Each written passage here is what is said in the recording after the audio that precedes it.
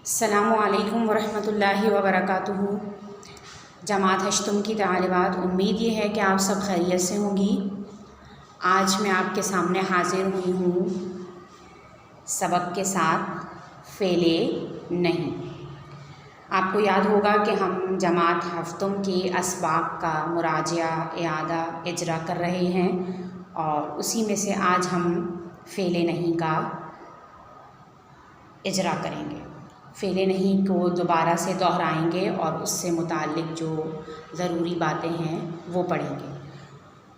سب سے پہلے فعل نہیں کی تعریف کہ فعل نہیں کسے کہا جاتا ہے۔ وہ فعل جس میں بات کرنے کے بعد والے زمانے میں کسی کام سے روکا جائے، یعنی آئندہ زمانے میں کسی کام سے روکا جائے، کہ کسی شخص سے کہا جائے کہ فلاں کام نہ کرو، تو یہ کیا کہلاتا ہے؟ فعل نہیں۔ اس میں کسی کام سے روکا جاتا ہے۔ خلاصتاً فعل نہیں کیا ہے؟ جس میں کسی کام سے روکا جائے، ٹھیک ہے۔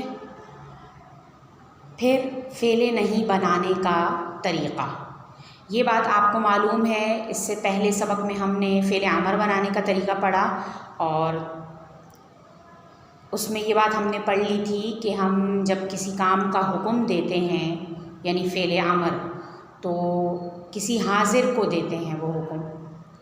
اسی طرح سے جب ہم کسی کام سے کسی کو روکیں گے تو اس کے لیے بھی ضروری یہ ہے کہ وہ ہمارے سامنے ہو، حاضر ہو، ٹھیک ہے۔ تو فعل نہیں کے جو صیغے ہیں 6، وہ کیا ہیں؟ فعل نہیں حاضر، ٹھیک ہے۔ فعل نہیں کے جو 6 صیغے ہیں وہ فعل نہیں حاضر ہیں، یعنی کہ اس میں حاضر کے ہی صیغے استعمال ہوتے ہیں۔ اور یہ بات بھی آپ جانتے ہیں کہ فعل نہیں فعل مضارع معروف سے بنتا ہے۔ اور وہ کیسے بنتا ہے کہ فعل مضارع معروف کے جو حاضر کے 6 صیغے ہیں، تنصرو، تنصرانی، تنصرونا، تنصرینا، تنصرانی اور تنصرنا، جو ہمارے مضارع معروف کے 6 صیغے ہیں، انہی سے فعل نہیں کے 6 صیغے بنتے ہیں۔ اور وہ کس طرح سے بنتے ہیں کہ ان کے ابتدا میں، یعنی فعل مضارع معروف کے حاضر کے 6 صیغوں کے شروع میں، ٹھیک ہے، کس کا اضافہ کر دیتے ہیں؟ لا۔ اور وہ لا کیا کہلاتا ہے؟ لائے نہیں، ٹھیک ہے۔ آپ کو یاد ہوگا کہ مضارع میں بھی ایک لا استعمال ہوتا ہے، یعنی مضارع منفی میں بھی ہم لا کا استعمال کرتے ہیں۔ اگر ہمارے پاس مضارع معروف ہے ینصرو، تو ہم اسے منفی میں بدلتے ہوئے کہتے ہیں لا ینصرو۔ اور یہاں پر بھی آپ دیکھ رہے ہیں کہ یہاں پر بھی لا کا استعمال ہوا ہے، تو یاد رہے کہ یہ جو لا ہے یہ کیا کہلاتا ہے؟ لائے نہیں۔ اور جو مضارع منفی میں استعمال ہونے والا لا ہوتا ہے وہ کیا کہلاتا ہے؟ لائے نفی، ٹھیک ہے، لائے نفی، لائے نافیہ۔ اچھا جی، اب دیکھیے لا تنصر، تو یہ کیسے بنا؟ فعل مضارع کے واحد مذکر حاضر کے صیغے کے شروع میں لا کا اضافہ کر دیا، ٹھیک ہے، اور آخر کو جزم دے دیا، واحد مذکر حاضر بن گیا۔ تنصرانی میں کیا کیا؟ ابتدا میں لا کا اضافہ کیا اور نون اعرابی یعنی جو تثنیہ کا نون ہوتا ہے اسے ہم نے گرا دیا۔ اسی طرح تنصرونا سے بن گیا کہ نون اعرابی کو گرا دیا یعنی نون جمع کو، اور لا کا اضافہ کر دیا۔ اسی طرح سے لا کا اضافہ اور آخر سے نون گرا دیا، نون اعرابی۔ اسی طرح تثنیہ کا صیغہ اوپر واضح ہو چکا ہے کہ تثنیہ کا نون گرا دیا۔ اور تنصرنا میں ابتدا میں لا لگا دیا لیکن نون نہیں گرایا، کیونکہ آپ جانتے ہیں کہ نون نسوہ اور نون جمع مؤنث کو نہیں گرایا جا سکتا، ٹھیک ہے۔ تو اس طرح سے پوری فعل نہیں کی گردان بن گئی۔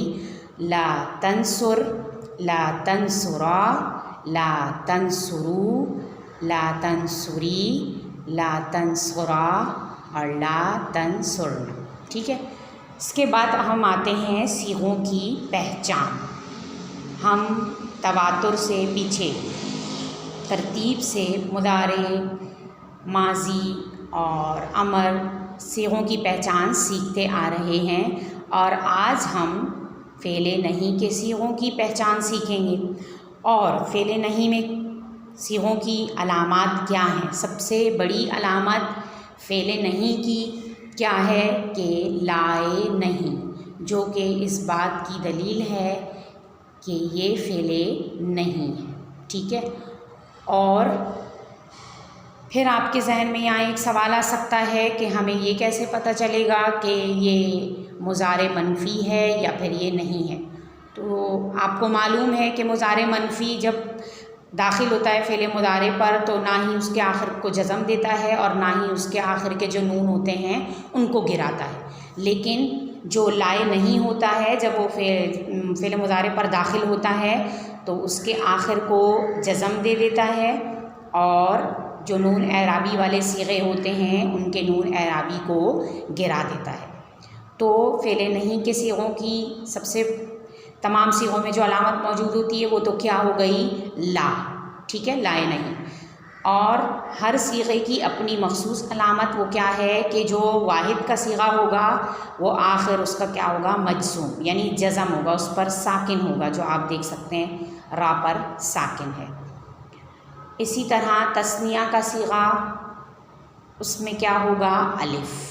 ٹھیک ہے. اس سے نون اعرابی تو گر گیا لیکن علامت کے طور پر ہم الف کو دھیان میں رکھیں گے کہ یہ تثنیہ کی علامت ہے. تثنیہ مذکر حاضر کی بھی یہی علامت ہے، اور تثنیہ مؤنث حاضر کی بھی یہی علامت ہے. ٹھیک ہے. استعمال کے وقت ہمیں معلوم ہوگا کہ صیغہ آیا مؤنث کا ہے یا پھر مذکر کا ہے، وہ ہمیں اس وقت معلوم ہوگا.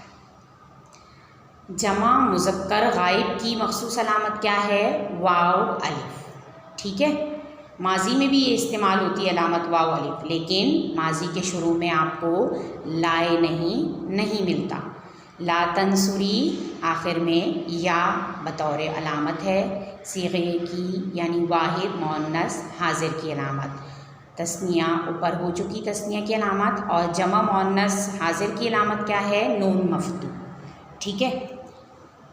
اچھا، یہ تو ہو گئی ہمارے فعل نہیں کے صیغوں کی پہچان یعنی علامات. ٹھیک ہے. صیغوں کی پہچان یعنی ان کی علامات ہم کیسے دیکھیں گے. پھر اس کے بعد ہم آتے ہیں فعل نہیں کا ترجمہ. فعل نہیں کا ترجمہ کیسے کریں گے ہم؟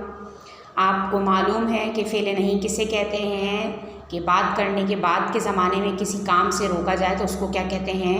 فعل نہیں. تو یہ بات تو ہمیں ذہن میں رکھنی ہے کہ فعل نہیں میں کسی کام سے روکا جاتا ہے. اور یہ ہمیں معلوم ہے کہ نصر ان کا مطلب ہوتا ہے مدد کرنا. جی، تو واحد کے صیغے سے شروع کرتے ہیں. واحد مذکر حاضر. تم یعنی حاضر ایک واحد مرد مذکر مدد نہ کرو. تم ایک مرد مدد نہ کرو. اسی طرح جب ہم تثنیہ میں آئے تو تم تثنیہ دو مذکر مرد مدد نہ کرو. اسی طرح ہم جمع میں آتے ہیں. حاضر تم جمع سب مذکر مرد مدد نہ کرو. پھر ہم مؤنث میں آ گئے. حاضر تم واحد ایک مؤنث عورت مدد نہ کرو. تم دو عورتیں مدد نہ کرو.